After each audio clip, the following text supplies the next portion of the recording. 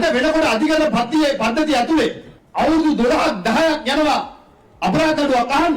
ගම්වල තරුණ පිරිස අදටත් ඉන්නවා සමහර බොහෝ නඩුවලට අහුවෙච්ච අය. විදේශ රැකියාවකට යන්න විදියක් නෑ අපේ හාමුදුරුවෝ.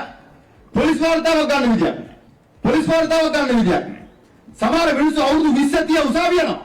දැන් ඒ නඩු කඩිනම් කරන්න මොකක්ද ආණ්ඩුවේ සලස්ම? අපේ නඩු නම් මාසයෙන් අහනවා. අපේ වල මාසයෙන් අහනවා කමක් නෑ. මේ අර මිනිස්සුන්ට සාධාරණයක් කරන්න. ඒකට සාධාරණයක් වෙන්න ඕනේ.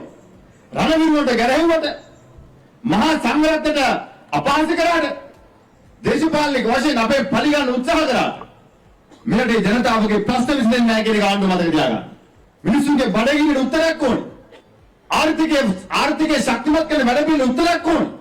ආණ්ඩුවේ මොකද්ද සලස්ම දරු ටිකට සාධාරණ මිලක් දෙන්න. ආණ්ඩුවේ මොකද්ද සලස්ම තේගොවියට වීගොවියට පොහොර ටික දෙන්න. අද වෙනකොට පොහොර මිටිය රුපියල් 15000 20000 අතර යන්නේ.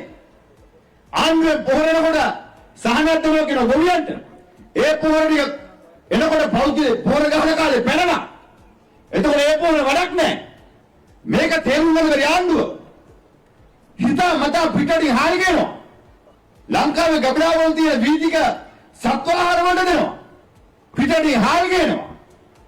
ගොයන් කැපෙනකොට ගොවියගේ ආර්ථිකයට දැඩි පහරක් එල්ල කරනවා. අවසානයේ තේගොවිය අසරණ කරනවා. තේගොවිය ලැබෙන ආදායම නැති කරලා තියෙනවා අද. ඇහුවම කියනවා ලෝක යුද්ධයක් තියෙනවා. ඒක හැමදාම ලෝකේ කොහෙද හරි යුද්ධයක් තිබ්බා. දැන් ගෝඩාවේ මාත්‍යා කාලේ රුසියාවයි යුක්‍රේනය ගහගත්තා. අපි මිනිස්සුන්ට වෙන්නේ හිටියා. අපි අසාධාරණ බදු ගැව්වේ නැහැ. අද ජනතාවට දරා ගන්න බැරි බදු ප්‍රමාණයක් පීඩනයක් ජනතාවට දෙන්නේ ආණ්ඩුව. ඒ කාලෙක ජනතාවගේ ජීවන වියදම් වැඩි වෙනවා දිනෙන් දින. විදුලි බිල වැඩි කරනවා, තෙල් බිල වැඩි කරනවා. 100ක් වැඩි කරලා 20ක් අඩු කරලා අපිට යනවා.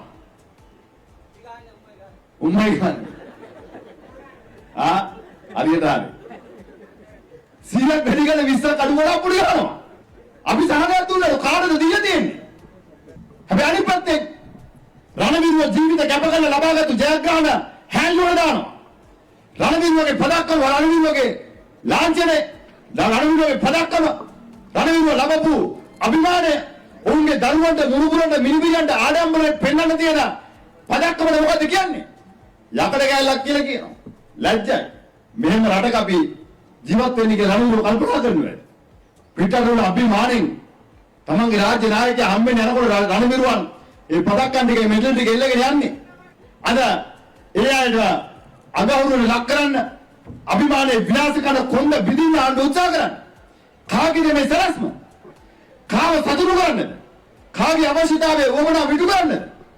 තවත් පැත්තකින් මෙරටේ ආර්ථිකයේ කඩන් වට්ටන තැන්ට ආණ්ඩුව තල්ලු කරනවා.